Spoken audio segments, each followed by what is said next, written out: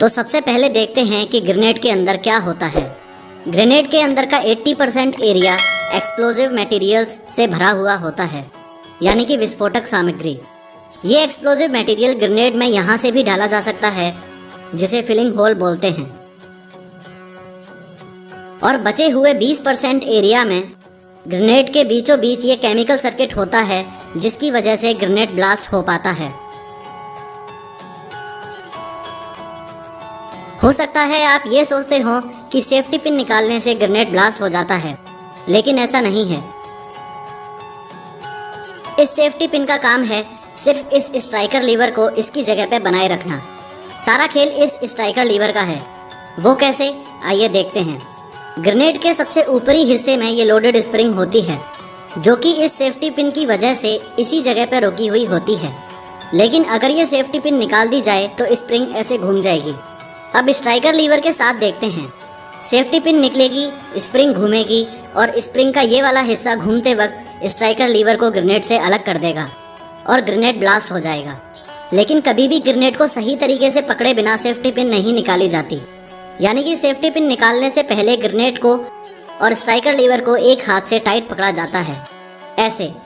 उसके बाद दूसरे हाथ से या दांत से सेफ्टी पिन को निकालकर अलग कर दिया जाता है।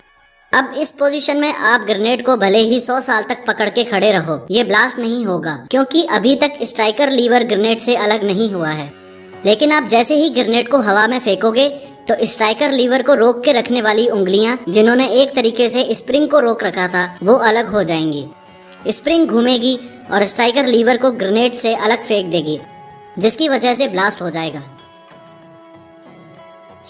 अब देखते हैं कि स्ट्राइकर लीवर ग्रेनेड से अलग होते ही ब्लास्ट होता क्यों है।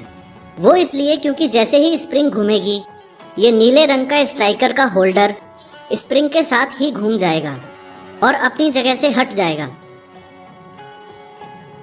इससे स्ट्राइकर अपनी जगह छोड़ देगा और पूरी ताकत के साथ इस परकशन कैप से जा टकराएगा। पूरी ताकत मतलब क्या?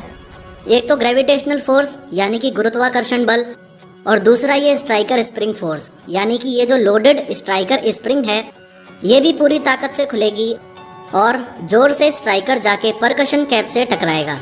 इससे टकराते ही इग्निशन यानी कि चिंगारी पैदा होगी और इस केमिकल में आग लग जाएगी।